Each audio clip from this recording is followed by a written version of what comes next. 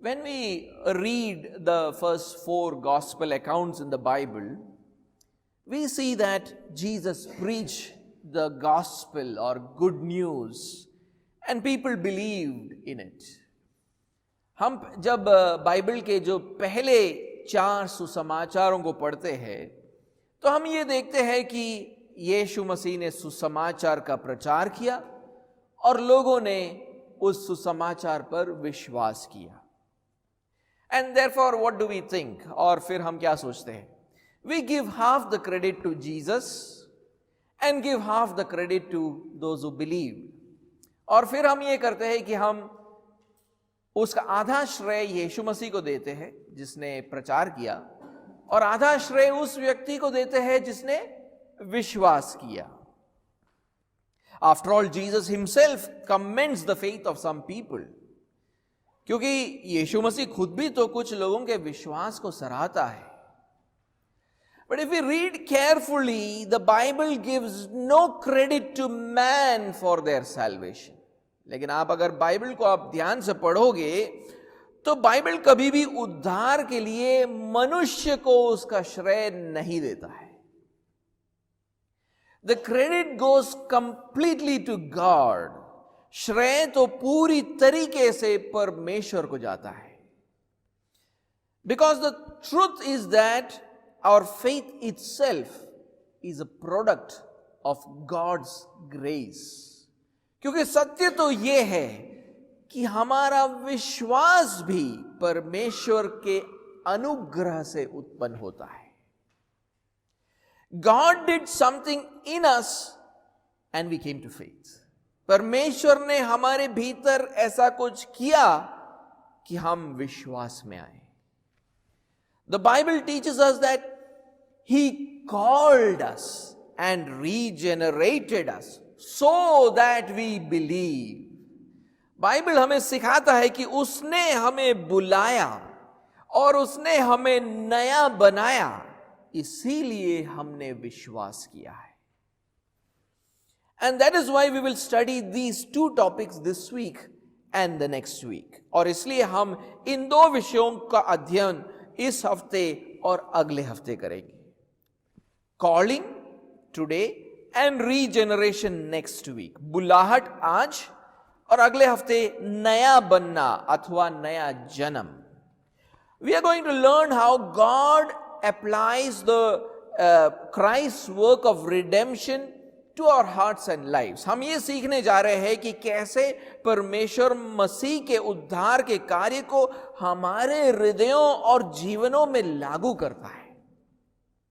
Last year when I taught the doctrine of the person and work of Christ, पिछले साल जब मैंने मसीह के व्यक्तित्व और उसके कार्य की शिक्षा दी थी, we learned that Christ accomplished our redemption on the cross. हमने ये सीखा था कि मसीह ने क्रूस पर हमारे उद्धार के कार्य को पूरा किया है.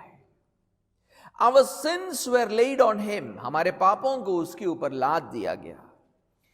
He endured the wrath of God on our behalf. हमारा प्रतिनिधि बनकर उसने परमेश्वर के क्रोध को सहा. In other words, the wrath of God which should have come upon us was endured by him. दूसरे शब्दों में कहूं तो परमेश्वर का वो क्रोध जो हम पर आना चाहिए था उसने सहा.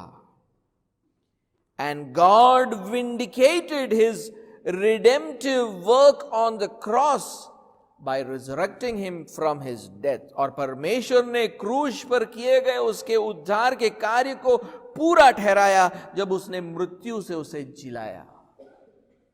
Showing that indeed Christ's sacrifice has satisfied his anger. इस बात को दर्शाते हुए कि मसीह का बलिदान ने उसके क्रोध को तृप्त किया है. Therefore, because of Jesus' sacrifice, God wants to reconcile us to himself. इसलिए यीशु मसीह के बलिदान के कारण परमेश्वर हमसे अब मेल मिलाप करना चाहता है. He wants to give us redemption from sin and death. वो हमें पाप और मृत्यु से छुटकारा देना चाहता है. He wants to release us from the bondage of sin and give us eternal life in heaven. वो हमें पाप के दासत्व से छुड़ाना चाहता है और हमें स्वर्ग में अनंत जीवन देना चाहता है. Heaven where we will enjoy His presence forever. वो स्वर्ग जहां पर हम अनंतता के लिए परमेश्वर की उपस्थिति का अनुभव करेंगे. And that is the greatest blessing. और यही सबसे बड़ा आशीष है. That we will enjoy His presence forever. कि हम अनंतता के लिए उसके उपस्थिति का अनुभव करने जा रहे हैं. And therefore, because of Jesus' sacrifice, God is calling us back into His heavenly presence. और इसलिए यीशु मसीह के बलिदान के कारण परमेश्वर हमें उसके स्वर्गीय उपस्थिति की ओर बुला रहा है. He is calling us.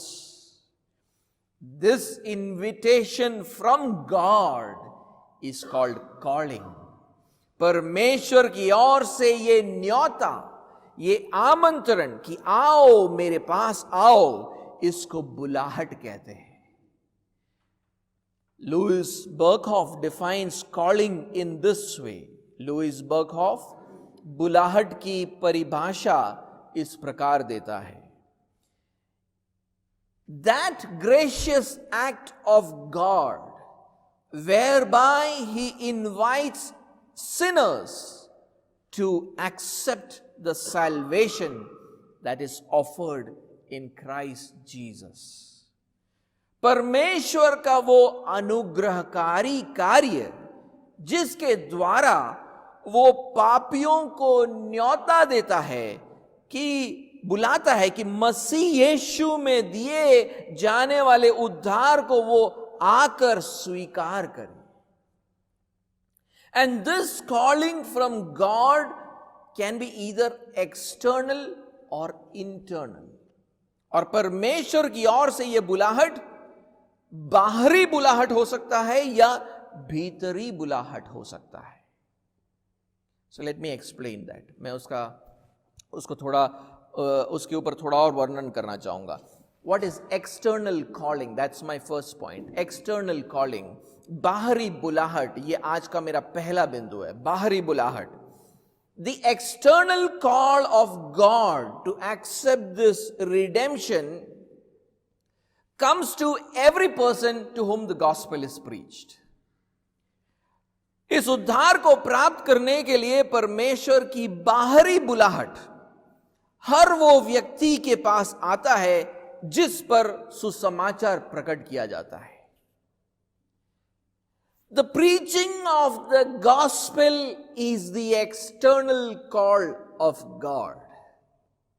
सुसमाचार का प्रचार ही परमेश्वर की बाहरी बुलाहट है.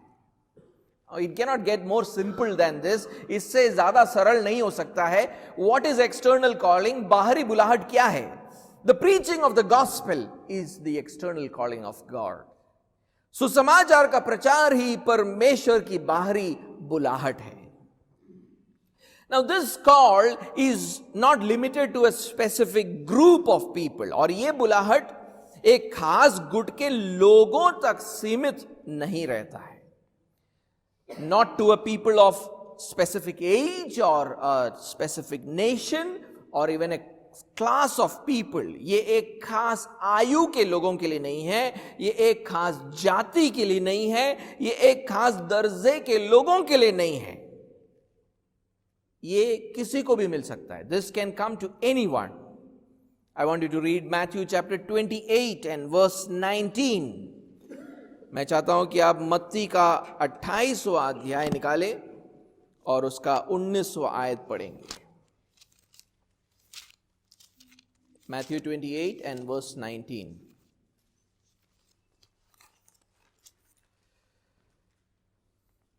Go therefore and make disciples of all nations, baptizing them in the name of the Father and of the Son and of the Holy Spirit. इसलिए तुम जाओ, सब जातियों के लोगों को चेला बनाओ और उन्हें पिता और पुत्र और पवित्र आत्मा के नाम से बपतिस्मा दो.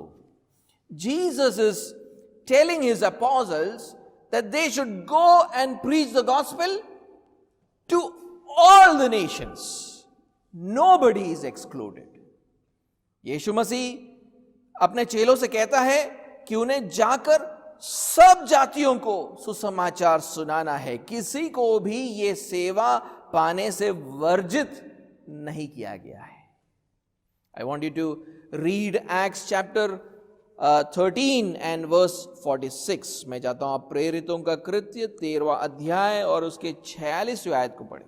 Acts chapter 13 and verse 46. प्रेरितों का कृत्य 13वां अध्याय 46वां आयत. And Paul and Barnabas spoke out boldly, saying, "It was necessary that the word of God be spoken first to you. Since you thrust it aside and judge yourselves unworthy of eternal life, behold, we are turning to the Gentiles." तब पौलुस और बरनबास ने निडर होकर कहा, अवश्य था कि परमेश्वर का वचन पहले तुम्हें सुनाया जाता, परंतु जब तुम उसे दूर हटाते हो और अपने को अनंत जीवन के योग्य नहीं ठहराते, तो देखो हम अन्य जातियों की ओर फिरते हैं. Here Paul is speaking to the Jews. यहां पर पौलुस यहूदियों से बात कर रहा है.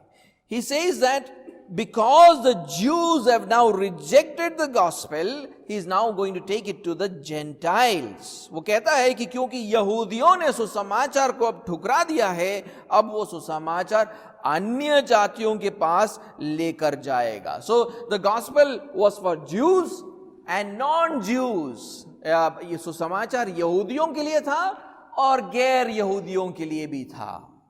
It was for everyone. ये सबके लिए था.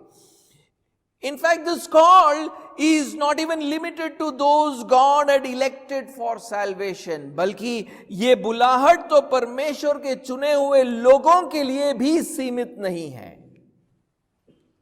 It comes to both the reprobate or non-elect and the elect of God. ये बुलाहट तो उसके चुने हुए और जो चुने हुए नहीं है उनके लिए भी आता है. This universal nature of the external call of God is clearly illustrated in the parables of Jesus. परमेश्वर की ये बाहरी बुलाहट का व्यापक चरित्र को हम यीशु के दृष्टांतों में बहुत स्पष्ट रीति से देख पाते हैं. Especially in Matthew chapter 22 and Luke chapter 14, where God's call comes to even those who will reject it. खासकर मत्ती के 22वें अध्याय और लूका के 14वें अध्याय, जहां पर परमेश्वर की ये बुलाहट उन लोगों के पास भी आती है जो उसे नकारते हैं. I want you to read Matthew chapter 22, which talks about God's calling, the external call of God. मैं चाहता हूं कि आप मत्ती का 22वां अध्याय पढ़े जो परमेश्वर के उस बाहरी बुलाहट को दर्शाता है. Matthew 22 and verse 2 to 8. मत्ती 22, 2 से 8. The kingdom of heaven may be compared to a king who gave a wedding feast for his son and sent his servants to call. That's the word, the calling. And sent his servants to call those who were invited to the wedding feast, but they would not come.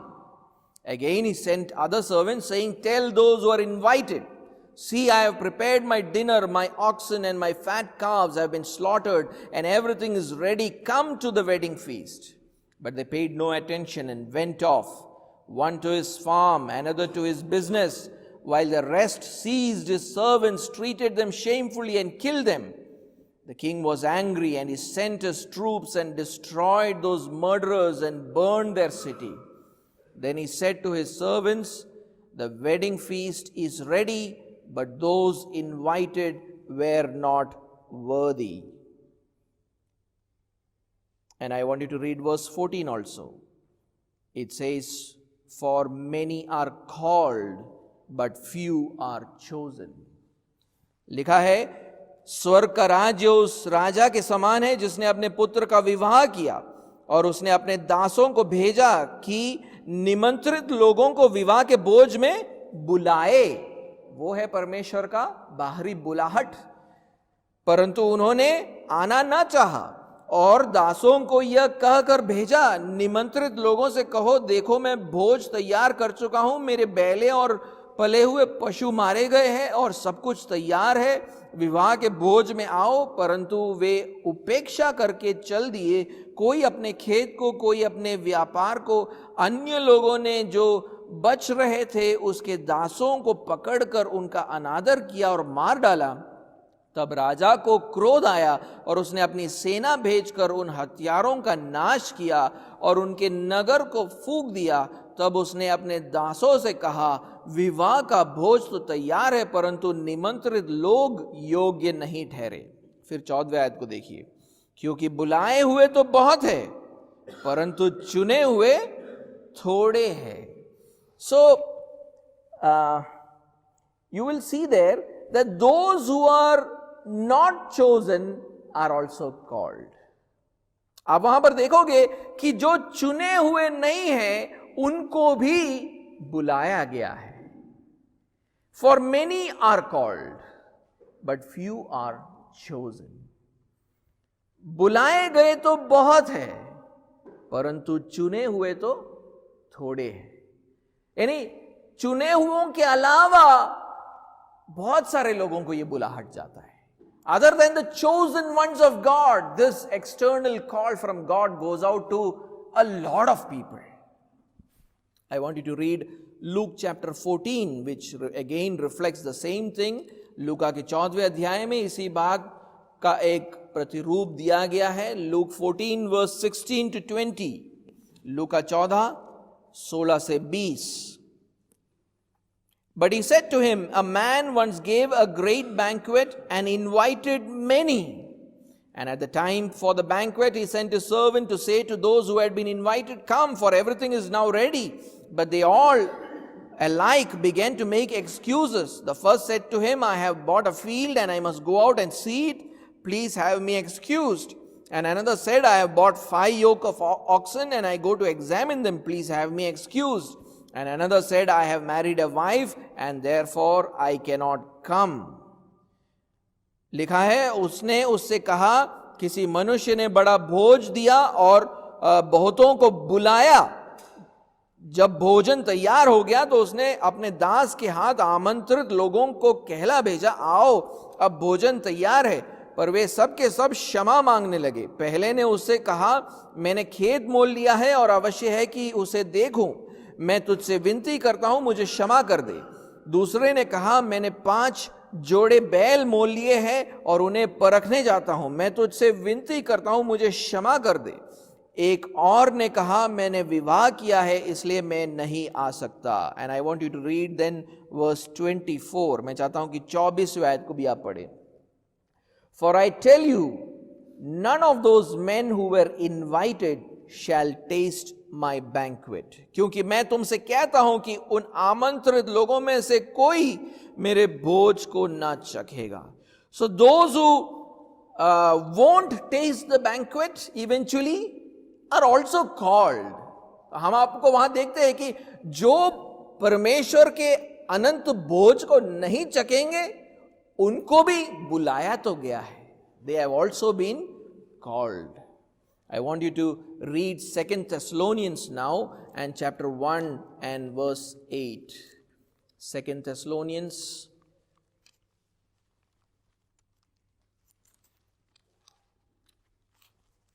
chapter 1 and verse 8. In flaming fire, inflicting vengeance on those who do not know God and those who do not obey the gospel of our Lord Jesus. Very clear that the gospel has gone to those people also who will not obey it. वहां लिखा है, और जो परमेश्वर को नहीं पहचानते और हमारे प्रभु यीशु के सुसमाचार को नहीं मानते, उनसे भी पलटा लेगा। तो यानी बहुत स्पष्ट है कि सुसमाचार उन लोगों के पास भी जाता है जो उसे मानेंगे नहीं, उसे स्वीकार नहीं करेंगे। Now some of you might be thinking, if God has already elected some people for salvation, then is he serious? Is he joking in calling the non-elect through the preaching of the gospel?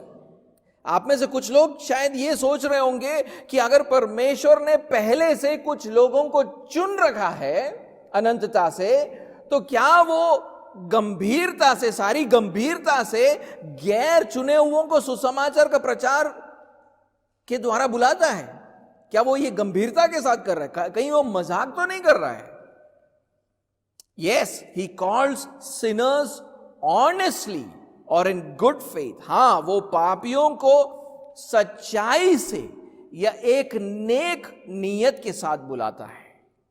He earnestly desires that they accept this gospel salvation। वो पूरी गंभीरता से ये चाहते हैं कि सुसमाचार के आमंत्रण को वो स्वीकारे।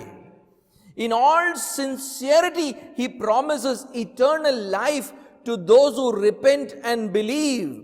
पूरी ईमानदारी के साथ पश्चाताप और विश्वास करने वालों को अनंत जीवन की वो प्रतिज्ञा देता है।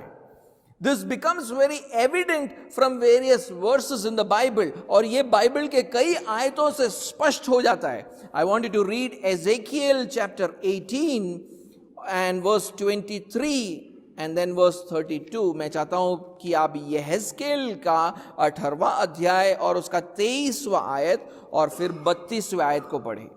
Chapter 18 verse 23। This is what God says। ये परमेश्वर कह रहा है, Have I any pleasure in the death of the wicked, declares the Lord God, and not rather that he should turn from his way and live।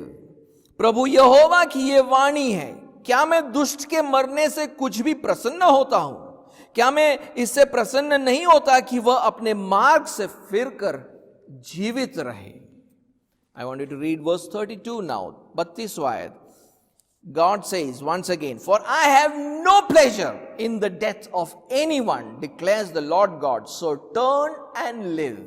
वो कहता है क्योंकि प्रभु यहोवा की यह वाणी है, जो मरे उसके मरने से मैं प्रसन्न नहीं होता, इसलिए पश्चाताप करो, तभी तुम जीवित रहोगे। I want you to now read Ezekiel chapter 33 and verse 11। मैं चाहता हूं कि आप यहेजकेल के 33वें अध्याय और उसके 11वें आयत को पढ़ें। Ezekiel 33 verse 11, यहेजकेल 33 और उसका 11। Say to them, as I live, declares the Lord God, I have no pleasure in the death of the wicked, but that the wicked turn from his way and live। Turn back from your evil ways, for why will you die, O house of Israel? इसलिए तू उनसे यह कहे, परमेश्वर यहोवा की यह वाणी है, मेरे जीवन की सौगंध, मैं दुष्ट के मरने से कुछ भी प्रसन्न नहीं होता, परंतु इससे कि दुष्ट अपने मार्ग से फिरकर जीवित रहे। हे इज़राइल के घराने, तुम अपने अपने बुरे मार्ग से फिर जाओ, तुम क्यों मरो? And then you will see the same desire that people should come to repentance and faith in Matthew's gospel। इसी जो चाह है परमेश्वर की, लोग पश्चाताप करके और अपने परमेश्वर की ओर फिरे, इसको हम मत्ती के सुसमाचार में भी देखते हैं यीशु मसीह के शब्दों में। We'll see that in the words of Jesus, Matthew chapter 23 and verse 37। मत्ती का 23वां अध्याय और 37वां आयत। Matthew 23 verse 37। O Jerusalem, Jerusalem, the city that kills the prophets and stones those who are sent to it, how often would I have gathered your children together as a hen gathers a brood under her wings, and you would not। हे यरूशलेम, हे यरूशलेम, तू भविष्यवक्ताओं को मार डालता है और जो तेरे पास भेजे गए उन पर पथराव करता है। कितनी ही बार मैंने चाहा कि जैसे मुर्गी अपने बच्चों को अपने पंखों के नीचे इकट्ठा करती है, वैसे ही मैं भी तेरे बालकों को इकट्ठा कर लूं, परंतु तुमने ना चाहा। And I want you to also read 1 Timothy chapter 2. 1 Timothy chapter 2. 1 Timothy chapter 2 and verse 3 and 4. पहला तिमोथियुस दूसरा अध्याय तीसरा और चौथा आयत. This is good and it is pleasing in the sight of God our Savior, who desires all people to be saved and come to the knowledge of the truth. ये हमारे उद्धारकर्ता परमेश्वर की को अच्छा लगता है और भाता भी है, जो ये चाहता है कि सब मनुष्यों का उद्धार हो और वे सत्य को भली भांति पहचान ले. Because God is serious about this external call, now if a man does not accept this call, he increases his guilt. अब क्योंकि परमेश्वर तो बाहरी बुलाहट को बड़े गंभीरता के साथ देता है, वो तो चाहता है कि हर एक मनुष्य पश्चाताप करे और विश्वास की ओर आए. अगर वो मनुष्य उस बुलाहट को नकारता है तो वो अपने दोष को बढ़ाता है. He turns this blessing from God into a curse. वो परमेश्वर की ओर से इस अनुग्रह को एक श्राप में बदल देता है. I want you to read Isaiah chapter 1 and verse 18 to 20. मैं चाहता हूं कि आप यशायाह के पहले अध्याय और उसके 18वें आयत से 20वें आयत तक पढ़े. Here God is speaking to the people of Judah. यहां पर परमेश्वर यहूदा राज्य के लोगों से बात कर रहा है. Isaiah chapter 1 verse 18 to 20.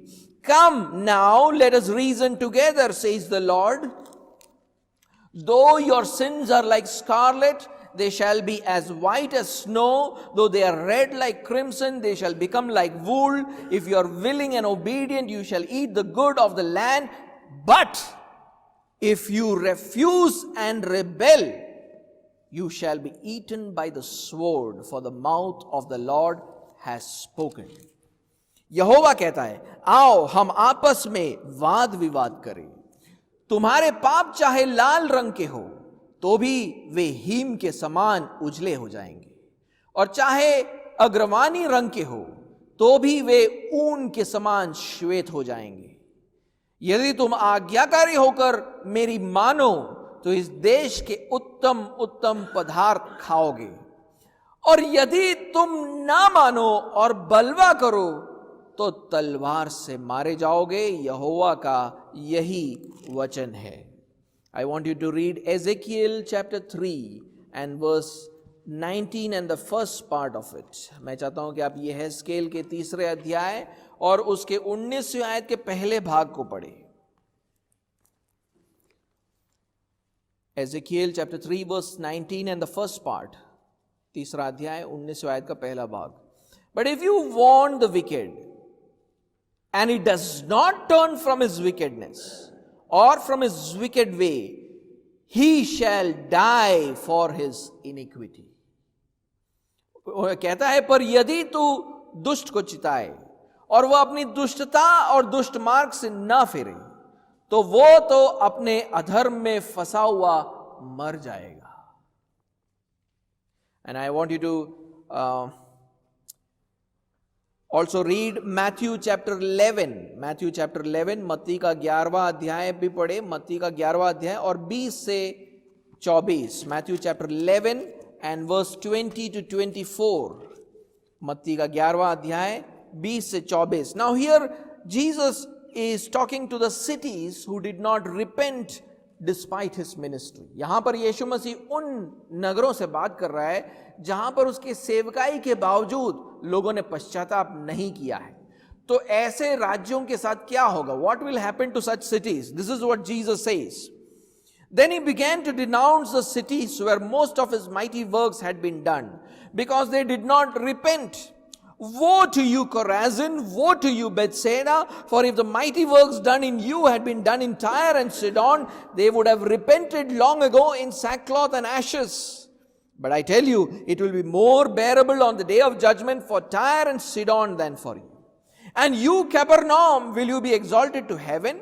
You will be brought down to Hades. For if the mighty works done in you had been done in Sodom, it would have remained until this day. But I tell you that it will be more tolerable on the day of judgment for the land of Sodom than for you. कहता है, तब वह उन नगरों को उल्लाहना देने लगा जिनमें उसने बहुत से सामर्थ के काम किए थे, क्योंकि उन्होंने अपना मन नहीं फिराया था. हाय कुराजिन, हाय बतसैदा, जो सामर्थ के काम तुम में किए गए, यदि वे सुर और सैदा में किए जाते तो टाट ओढ़कर और राख में बैठकर वे कब के मन फिरा लेते. परंतु मैं तुमसे कहता हूं कि न्याय के दिन तुम्हारी दशा से सुर और सैदा की दशा अधिक सहने योग्य होगी. हे कफरनहूम, क्या तू स्वर्ग तक ऊंचा किया जाएगा? तू तो अधलोक तक नीचे जाएगा. जो सामर्थ के काम तुझ में किए गए हैं, यदि सदोम में किए जाते तो वह आज तक बना रहता. पर मैं तुमसे कहता हूं कि न्याय के दिन तेरी दशा से सदोम की दशा अधिक सहने योग्य होगी. Clearly Jesus says, because you have not repented despite my call, your condition is going to be more terrible. यीशु मसीह कहता है कि क्योंकि मेरे बुलाहट को तुमने स्वीकार नहीं किया, तुमने पश्चाताप नहीं किया, तुम्हारी परिस्थिति बहुत ही ज्यादा खराब होगी. And because God gave this external call to sinners and they did not accept it, God will stand justified when he eventually judges them. और क्योंकि परमेश्वर ने अपनी बाहरी बुलावट पापियों को दिया और उन्होंने उसे नहीं स्वीकारा, आखिर में जब वो उनका न्याय करेगा तो परमेश्वर धर्मी ठहरेगा.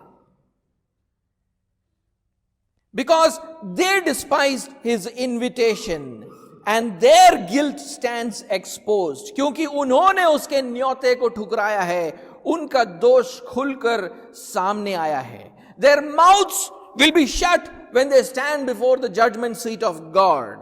जब वे परमेश्वर के न्याय के सिंहासन के सामने खड़े रहेंगे, उनके पास बोलने के लिए कुछ भी नहीं होगा. On the other hand, through the same external calling, God gathers his elect from all the nations of the world. और दूसरी तरफ इसी बाहरी बुलाहट के द्वारा परमेश्वर दुनिया के सारे जातियों में से अपने चुने हुए लोगों को इकट्ठा करता है. I want you to read Romans chapter 10 and verse 9. Romeo का 10वां अध्याय 9वां आयत और फिर 14वां और 15वां आयत. Romans chapter 10 and verse 9, and then we'll read verse 14 and 15 also. Romans chapter 10 verse 9, Romeo का 10वां अध्याय 9वां आयत. Because if you confess with your mouth that Jesus is Lord and believe in your heart that God raised him from the dead, you will be saved. कि यदि तू अपने मुंह से यीशु को प्रभु जानकर अंगीकार करे और अपने मन से विश्वास करे कि परमेश्वर ने उसे मरे हुओं में से जिलाया, तो तू निश्चय उद्धार पाएगा. Now read verse 14 and 15. How then will they call on him in whom they have not believed? And how are they to believe in him of whom they have never heard? And how are they to hear without someone preaching? And how are they to preach unless they are sent? As it is written, how beautiful are the feet of those who preach the good news. फिर जिस पर उन्होंने विश्वास नहीं किया, वे उसका नाम कैसे ले? और जिसके विषय सुना नहीं, उस पर कैसे विश्वास करे? और प्रचारक बिना कैसे सुने? और यदि भेजे न जाए तो कैसे प्रचार करे? जैसा लिखा है, उनके पांव क्या ही सुहावने हैं जो अच्छी बातों का सुसमाचार सुनाते हैं. You know, these verses say that when preachers preach the good news, people hear about Jesus Christ and believe in him and call on him and are saved. ये आयत कहता है कि जब प्रचारक सुसमाचार का प्रचार करता है, लोग यीशु मसीह के बारे में सुनते हैं और उस पर विश्वास करते हैं और उसका नाम लेते हैं और उद्धार पाते हैं. So the preaching of the gospel is the external call of God by which he gathers his elect from the whole world. तो सुसमाचार का प्रचार ही परमेश्वर का वो बाहरी बुलाहट है जिसके द्वारा वो सारी दुनिया में से अपने चुने हुओं को इकट्ठा करता है. Before Jesus left this world, he commissioned the church to go and make disciples of all nations. इस दुनिया को छोड़ने से पहले यीशु ने कलीसिया को अधिकृत किया कि वो जाकर सारी जातियों में से चेले बनाए. We have a responsibility to preach the gospel to others. हमारा एक जिम्मेदारी है कि हम दूसरों को सुसमाचार सुनाएं. Because through it, God is calling sinners back to himself. क्योंकि उसके द्वारा परमेश्वर पापियों को अपने ओर बुला रहा है. We are accountable to God for the task of preaching the gospel. सुसमाचार का प्रचार करना यह हमारा परमेश्वर के प्रति एक उत्तरदायित्व है. God told the prophet Ezekiel something. परमेश्वर ने यहेजकेल भविष्यवक्ता से ये कहा. I want you to read Ezekiel chapter 3 and verse 18. मैं चाहता हूं कि आप यहेजकेल के 3 अध्याय और उसके 18वें आयत को एक बार पढ़ें. If I say to the wicked, you shall surely die, and you give him no warning, nor speak to warn the wicked from his wicked way, in order to save his life, that wicked person shall die for his iniquity, but his blood I will require at your hand.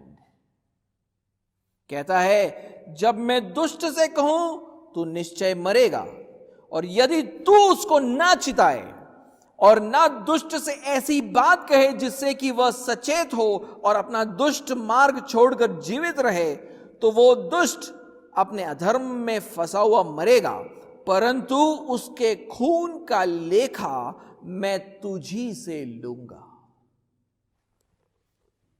If Ezekiel does not preach the word of God, God tells Ezekiel that he will be responsible for the death of the wicked.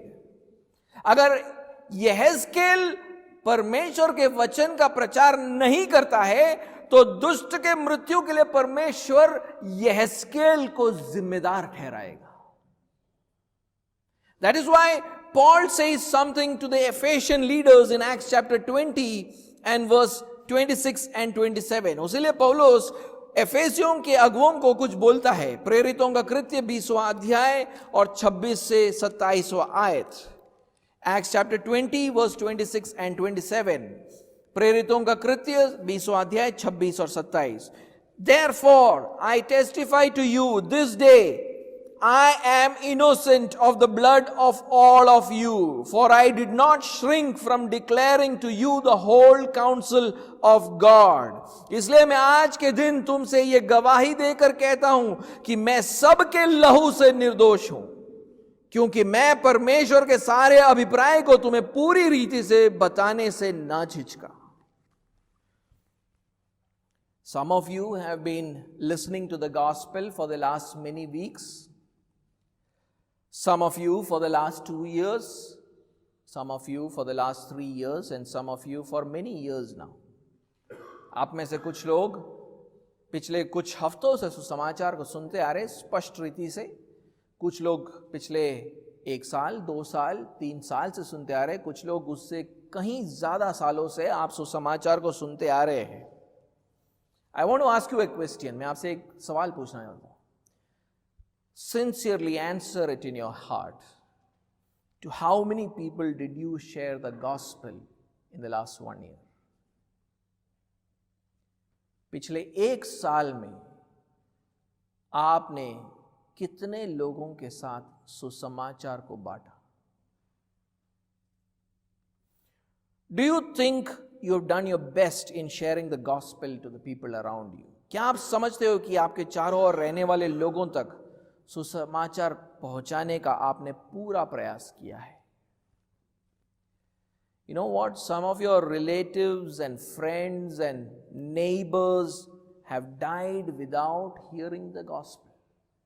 क्या आप जानते हैं कि आपके रिश्तेदार, आपके दोस्त, आपके पड़ोसी सुसमाचार को सुने बिना मर गए, do you think you will be able to answer God when He asks for an account from you? जब परमेश्वर आपसे लेखा लेगा अंत में, तो क्या आप उसको उत्तर दे पाएंगे? क्या आप बोल पाओगे कि मैं इनके लहू का के जिम्मेदार नहीं हूं, that I am innocent of these people's blood because I have preached the gospel to all those around me, कि मैंने सुसमाचार अपने चारों ओर के लोगों को बताने का मैंने पूरा प्रयास किया है. We will have to give an account. इसका एक लेखा हमको देना होगा. So I want you to think about it very seriously. और मैं चाहता हूं कि आप बड़े गंभीरता से इसके बारे में सोचें. My second point is internal calling. मेरा अगला जो बिंदु है वो है भीतरी बुलाहट. As I said, the calling from God can be either external or internal. परमेश्वर की ये बुलाहट, मैंने जैसे पहले बताया आपको, वो बाहरी हो सकता है या वो एक भीतरी बुलाहट हो सकता है. When the reprobate or non-elect reject the gospel, it shows that it was just an external call of God. It was the external call of God. जब वो लोग जो चुने हुए नहीं हैं वो सुसमाचार को ठुकराते हैं, वो इस बात को दर्शाता है कि वो परमेश्वर की ओर से एक बाहरी बुलाहट था. But in the case of the elect, something more happens. लेकिन चुने हुओं के जीवनों में कुछ और भी होता है. What happens? क्या होता है? The external call is made effective by the operation of the Holy Spirit. बाहरी बुलाहट को प्रभावशाली बनाया जाता है पवित्र आत्मा के संचालन से. The elect repent and believe in the gospel. और इस कारण चुने हुए लोग पश्चाताप करते हैं और सुसमाचार के ऊपर विश्वास करते हैं. That shows that God has given an internal calling. ये इस बात को दर्शाता है कि परमेश्वर ने उसे एक भीतरी बुलाहट को दिया है. What do we mean when we say that the external call or the preaching of the gospel is made effective by the Holy Spirit? तो जब हम ये बोलते हैं कि पवित्र आत्मा ने बाहरी बुलाहट अर्थात सुसमाचार के प्रचार को प्रभावशाली बनाया, तो इसका क्या मतलब है? The Holy Spirit operates through the preaching of the gospel and makes the persuasions of the gospel effective for salvation. पवित्र आत्मा सुसमाचार के प्रचार के द्वारा कार्य करता है और सुसमाचार के प्रबोधन को उद्धार के लिए प्रभावशाली बनाता है. I'll say that again. The Holy Spirit, in the case of the internal calling, भीतरी बुलाहट के मामले में, the Holy Spirit operates through the preaching of the gospel and makes the persuasions of the gospel effective for salvation. पवित्र आत्मा सुसमाचार के प्रचार के द्वारा कार्य करता है और सुसमाचार के प्रबोधन को उद्धार के लिए प्रभावशाली बनाता है. The listener is able to understand and believe in the gospel. सुनने वाले को सुसमाचार समझ आता है और वो उसके ऊपर विश्वास करता है. How? कैसे? Because his understanding is enlightened by the Holy Spirit. क्योंकि उसके समझ को पवित्र आत्मा ज्योतिर्मय करता है. This time the listener hears not just the voice of a preacher, but he hears the very voice of God. इस बार सुनने वाला सिर्फ एक प्रचारक के वाणी को नहीं सुनता है, बल्कि वो परमेश्वर के वाणी को सुनता है. I want you to read 1 Corinthians. We are going to look at this passage very carefully. हम इस खंड को हम थोड़ा ध्यान से देखेंगे. 1 Corinthians chapter 1 and verse 23 and 24. पहला कुरिन्थियों का पहला अध्याय 23 और 24वां आयत. Let me read that for you. 1 Corinthians chapter 1 verse 23 and 24. पहला कुरिन्थियों का पहला अध्याय 23 और 24. But we preach Christ crucified, a stumbling block to Jews and folly to the Gentiles. But to those who are called, both Jews and Greeks, Christ the power of God and the wisdom of God. परंतु हम तो उस क्रूस पर चढ़ाए हुए मसीह का प्रचार करते हैं, जो यहूदियों के लिए ठोकर का कारण और अन्य जातियों के लिए मूर्खता है, परंतु जो बुलाए हुए हैं, क्या यहूदी क्या यूनानी, उनके निकट मसीह परमेश्वर की सामर्थ और परमेश्वर का ज्ञान है. Now look carefully, ध्यान से देखिए. In verse 23, Paul says that we preach Christ crucified. 23वां आयत में पौलुस कहता है, हम तो उस क्रूस पर चढ़ाए हुए मसीह का प्रचार करते हैं. In other words, Paul and his companions are preaching the gospel. दूसरे शब्दों में कहूं तो पौलुस और उसके सहकर्मी सुसमाचार का प्रचार कर रहे हैं. यीशु मसीह को क्रूस पे चढ़ाया गया, that Christ has been crucified.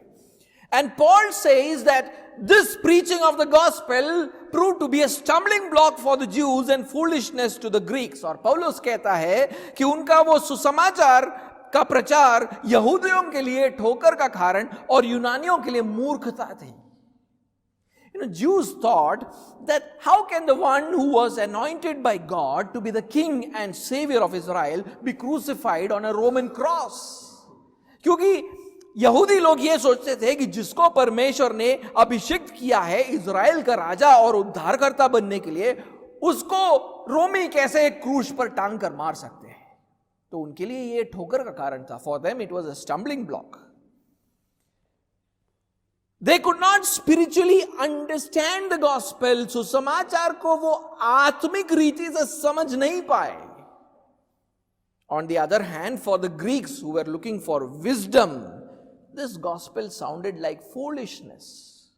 दूसरी तरफ उन यूनानियों के लिए जो ज्ञान की खोज में थे, उनके लिए ये सुसमाचार मूर्खता थी. What is happening? क्या हो रहा है यहां पर? Here Paul is talking about the preaching of the gospel, the external calling of God. यहां पर पौलुस सुसमाचार के प्रचार अर्थात परमेश्वर के उस बाहरी बुलाहट के बारे में बात कर रहा है. But the persuasions of the gospel have not been effective in leading these people to salvation. लेकिन सुसमाचार का यह प्रबोधन लोगों को उद्धार की ओर ले जाने में प्रभावशाली नहीं बन पाया है. Why? क्यों? Why? Here we need to understand the spiritual condition of sinful human beings. हमको यहां पर पापी मनुष्यों की आत्मिक परिस्थिति को समझना होगा. And I want you to read John chapter 8 and verse 43 and verse 45. मैं चाहता हूं कि आप यूहन्ना के सुसमाचार 8वें अध्याय में जाएं और उसका 43 से 45वें आयत को हम पढ़ें. John 8:43 to 45. यूहन्ना 8:43 से 45. Why do you not understand what I say? Jesus is saying this to the unbelieving Jews. Why do you not understand what I say? It is because you cannot hear my word. You cannot bear to hear my word. You are of your father the devil, and your will is to do your father's desires. He was a murderer from the beginning and has nothing to do with the truth, because there is no truth in him. When he lies, he speaks out of his own character, for he is a liar and the father of lies. But because I tell the truth, you do not believe me. तुम मेरी बात को क्यों नहीं समझते? इसलिए कि तुम मेरा वचन सुन नहीं सकते। तुम अपने पिता शैतान से हो और अपने पिता की लालसाओं को पूरा करना चाहते हो। वह तो आरंभ से हत्यारा है और सत्य पर स्थिर न रहा, क्योंकि सत्य उसमें है ही नहीं। जब वह झूठ बोलता तो अपने स्वभाव ही से बोलता है, क्योंकि वह झूठा है वरन झूठ का पिता है। परंतु मैं जो सच बोलता हूं, इसीलिए तुम मेरा विश्वास नहीं करते। Jesus is speaking to the Jews who do not believe in his words. यीशु मसीह ऐसे यहूदियों से बात कर रहा है जो उसके वचनों पर विश्वास नहीं करते।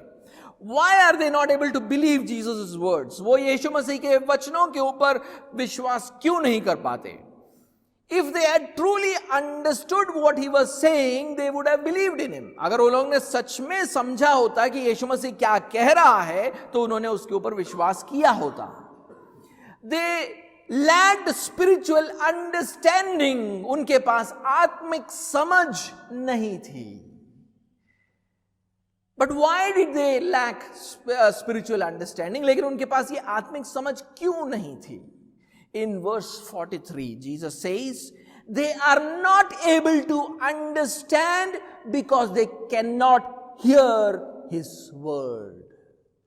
43वें आयत में यीशु कहता है, वे इसलिए समझ नहीं पाते क्योंकि वे उसके वचन को सुन नहीं पाते हैं।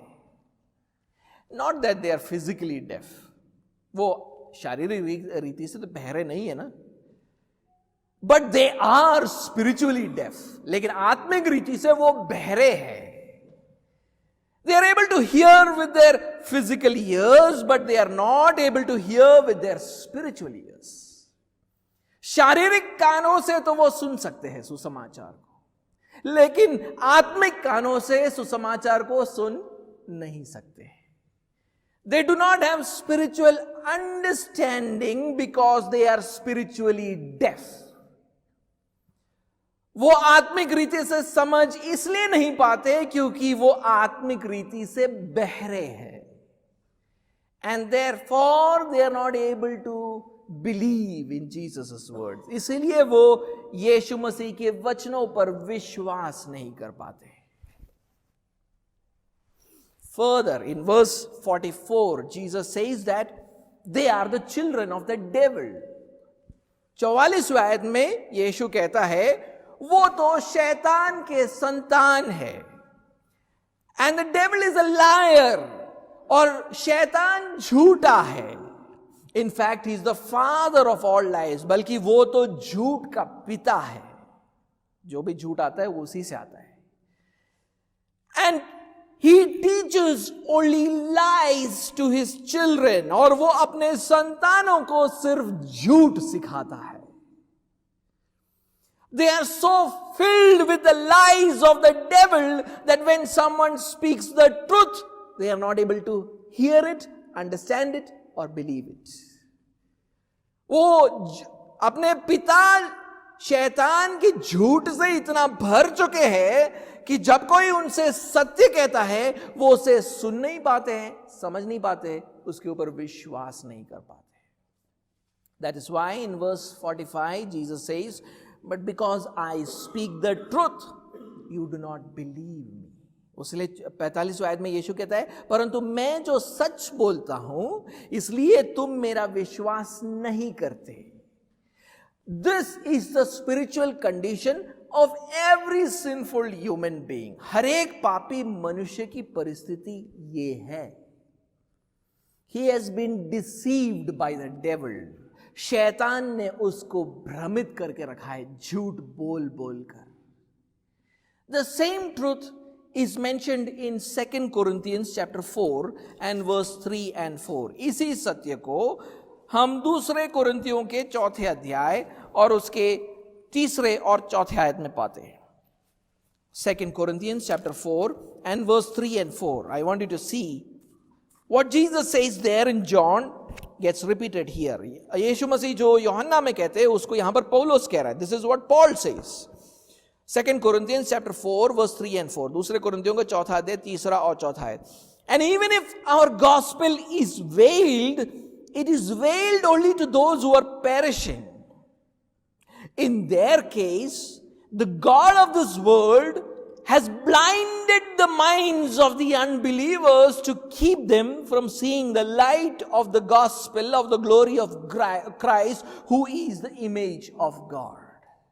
कहता है, परंतु यदि हमारे सुसमाचार पर पर्दा पड़ा है तो ये नष्ट होने वालों के लिए पड़ा है. नष्ट होने वाले कौन है? अविश्वासी. और उन अविश्वासियों के लिए जिनकी बुद्धि इस संसार के ईश्वर ने अंधी कर दी है, ताकि मसीह जो परमेश्वर का प्रतिरूप है उसके तेजोमय सुसमाचार का प्रकाश उन पर न चमके. Here also in verse 3 Paul says that the gospel that they preach is veiled to those who are perishing. यहां पर भी पौलुस कहता है कि उनका जो सुसमाचार है उस पर एक पर्दा पड़ा है और ये नष्ट होने वालों के लिए पर्दा पड़ा है. वो लोग नहीं देख पाते हैं, सुसमाचार को समझ नहीं पाते हैं. अविश्वासियों के लिए एक पर्दा पड़ा हुआ है, वो सुसमाचार को देख नहीं पाते, समझ नहीं पाते. They are not able to understand it. It is a stumbling block for them. It is foolishness for them. उनके लिए ये ठोकर का कारण, ये उनके लिए एक मूर्खता है. Why? क्यों? Verse 4 says, because the God of this world, that means the devil, has blinded the minds of the unbelievers. क्योंकि चौथा आयत कहता है उनकी बुद्धि इस संसार के ईश्वर ने अर्थात शैतान ने अंधी कर दी है. Therefore they are not able to understand the gospel. इसीलिए वो सुसमाचार को समझ नहीं पाते हैं. That is why he says, so that they might not see the light of the gospel of the glory of Christ, who is the image of God. इसलिए वो कहता है ताकि मसीह जो परमेश्वर का प्रतिरूप है उसके तेजोमय सुसमाचार का प्रकाश उन पर न चमके. They are not able to understand the gospel which reveals the glory of Christ, who is the image of God. वो उस सुसमाचार को समझ नहीं पाते जो मसीह को प्रकट करता है, जो मसीह परमेश्वर का प्रतिरूप है. Now, I want you to go back to the original passage which we were studying in 1 Corinthians chapter 1 and verse 23 and 24. मैं चाहता हूं कि आप उस मूल खंड के पास जाएं जहां पर हम जिसका अध्ययन हम कर रहे थे, पहला कुरिन्थियों का पहला अध्याय 23 और 24. 1 Corinthians 1, 23, 24. Let's read that again. But we preach Christ crucified, a stumbling block to Jews and folly to the Gentiles, but to those who are called, both Jews and Greeks, Christ the power of God and the wisdom of God. परंतु हम तो उस क्रूस पर चढ़ाए हुए मसीह का प्रचार करते हैं, जो यहूदियों के लिए ठोकर का कारण और अन्य जातियों के लिए मूर्खता है, परंतु जो बुलाए हुए हैं, क्या यहूदी क्या यूनानी, उनके निकट मसीह परमेश्वर की सामर्थ और परमेश्वर का ज्ञान है. In verse 24, Paul says, 24वें आयत में पौलुस कहता है, but to those who are the called, both Jews and Greeks. पौलुस 24वें आयत में कहता है, परंतु जो बुलाए हुए हैं, क्या यहूदी क्या यूनानी. Once again he is talking about Jews and Greeks. फिर से एक और बार वो यहूदी और यूनानियों के बारे में बात कर रहा है. But these are a different category of Jews and Greeks compared to the ones mentioned in the previous verse. लेकिन पिछले आयत में उल्लेख किए गए यहूदी और यूनानियों से कुछ अलग यहूदी और यूनानी है ये. How are they different? कैसे वो अलग है? Paul says they are the called. पौलुस कहता है ये बुलाए गए हैं. What kind of calling is this? ये किस प्रकार की बुलाहट है? This is the internal calling of God by the operation of the Holy Spirit. ये पवित्र आत्मा के संचालन से होने वाला भीतरी बुलाहट की बात कर रहा है. In their case, the Holy Spirit has worked through Paul's gospel preaching or external call of God and made it effective for salvation. इनके जीवन में पवित्र आत्मा ने पौलुस के सुसमाचार प्रचार अर्थात परमेश्वर के बाहरी बुलाहट के द्वारा कार्य किया है और उसको उद्धार के लिए प्रभावशाली बनाया है. How? कैसे? Their understanding has been enlightened by the Holy Spirit. पवित्र आत्मा ने उनके समझ को ज्योतिर्मय किया है. Therefore they were able to understand the gospel. इसीलिए वो सुसमाचार को समझ पाए. Look at the different way this category of Jews and Greeks respond to the gospel. ध्यान से देखिए, ये यहूदी और यूनानी सुसमाचार के प्रति एक अलग प्रतिक्रिया देते हैं. क्या प्रतिक्रिया देते हैं? For the earlier group, Christ crucified was a stumbling block and foolishness. पहले का जो गुट था, उनके लिए क्रूस पर चढ़ाया जाना, मसीह को क्रूस पर चढ़ाया जाना एक ठोकर का कारण और मूर्खता थी. But this group understands, written in verse 24, for them Christ is the power of God and the wisdom of God. इन लोगों के लिए 24वें आयत में लिखा है कि इस गुट के लिए मसीह परमेश्वर की सामर्थ और परमेश्वर का ज्ञान है. So compared to the external calling, this internal calling is an effective calling. तो बाहरी बुलाहट के मुकाबले ये भीतरी बुलाहट एक प्रभावशाली बुलाहट है. Why? क्यों? Here the Holy Spirit overcomes the fortress of lies that the devil has built around them.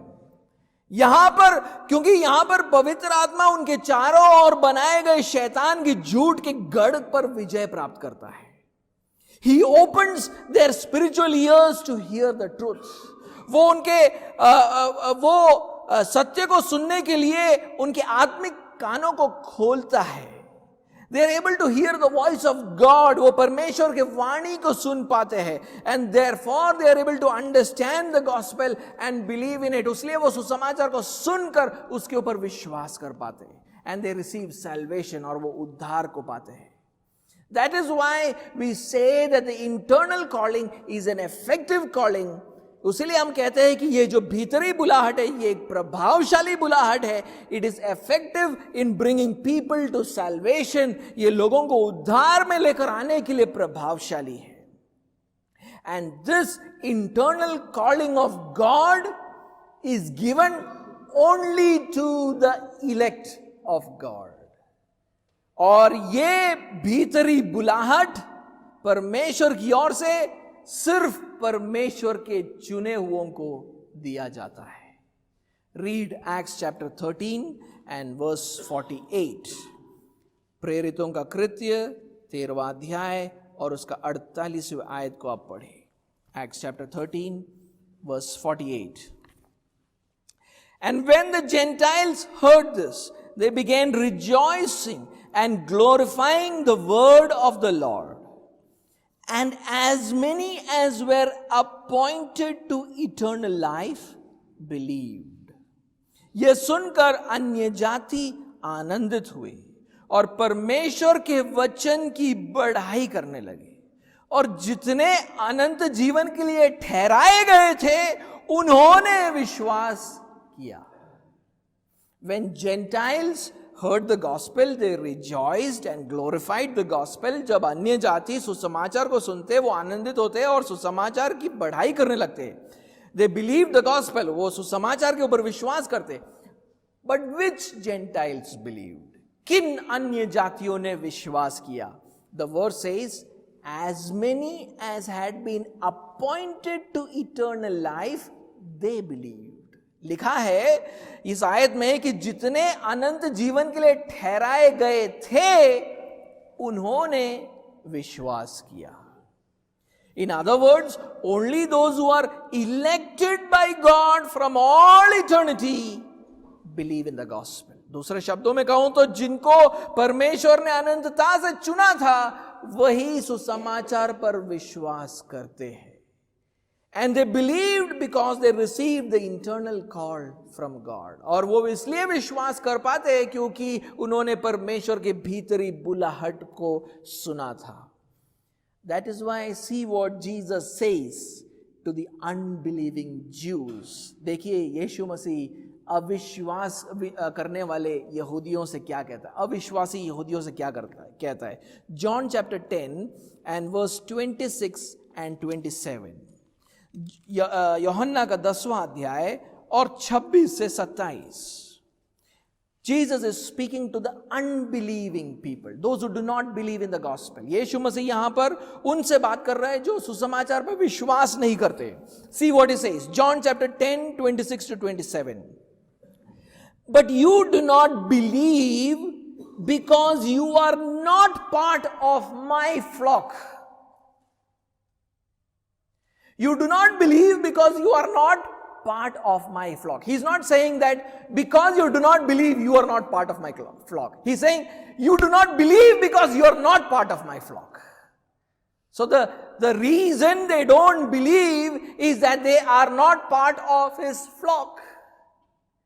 लिखा है, परंतु तुम इसलिए विश्वास नहीं करते क्योंकि मेरी भेड़ों में से नहीं हो. ये नहीं बोल रहा है कि तुम विश्वास नहीं करते हो इसलिए मेरी भेड़ें नहीं हो. नहीं, ऐसा नहीं बोल रहा है.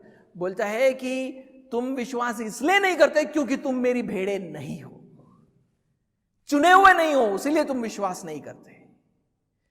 And then read verse 27.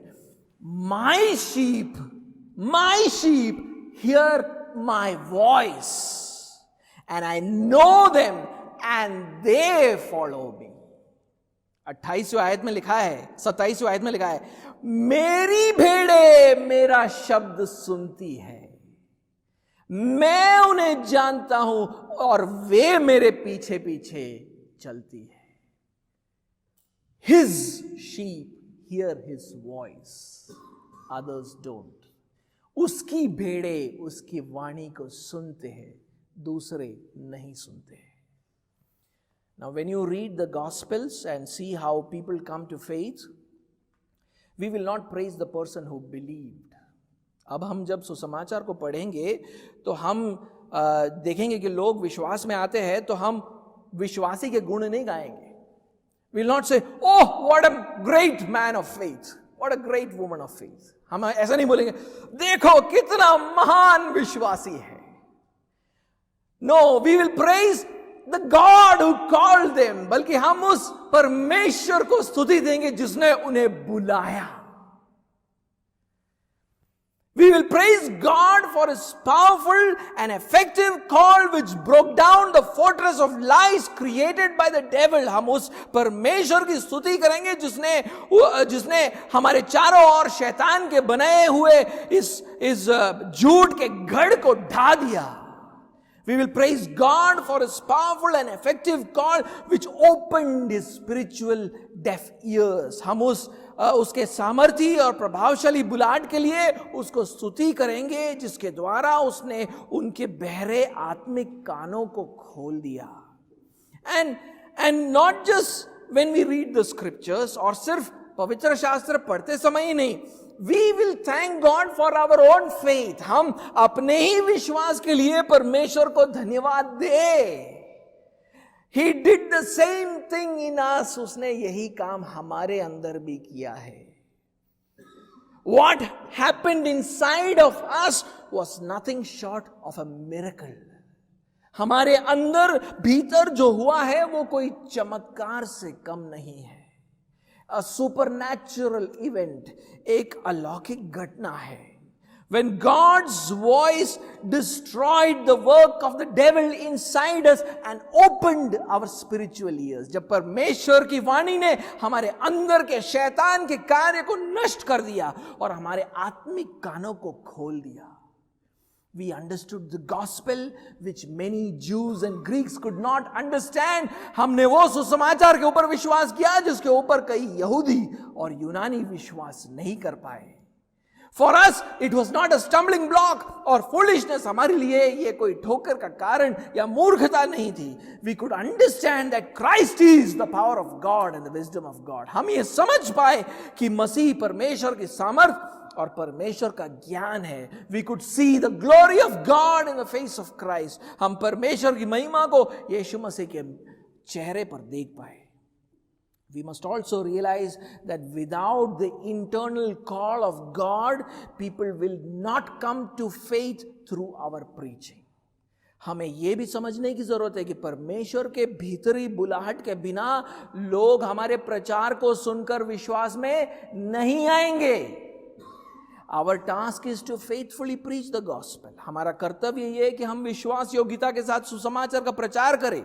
But that alone will not lead people to salvation. लेकिन ये सिर्फ ये होने से लोग उद्धार में नहीं आएंगे. God has to give the internal call. परमेश्वर को वो भीतरी बुलाहट देना होगा.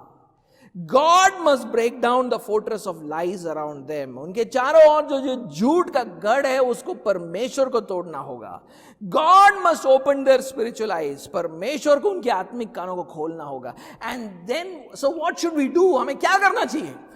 We must pray that the Holy Spirit will work through our preaching. इसलिए हमें प्रार्थना करना होगा कि पवित्र आत्मा हमारे प्रचार के द्वारा कार्य करे. Because only if the Holy Spirit works through our preaching, our family members, our friends, our neighbors will come to faith in Jesus Christ. क्योंकि अगर पवित्र आत्मा हमारे प्रचार के द्वारा कार्य करे तो ही हमारे कुटुंबी जन, हमारे दोस्त, हमारे पड़ोसी यीशु मसीह पर विश्वास करेंगे. We are beginning to understand that God is sovereign over salvation. हम ये समझने का शुरू कर रहे हैं कि परमेश्वर ही उद्धार पर परम प्रधान है. And we'll continue to understand this when we learn about regeneration next week. और हम इसको समझेंगे, समझ में बढ़ते जाएंगे जब हम अगले हफ्ते नया बनाने अथवा नए जन्म के बारे में हम समझेंगे.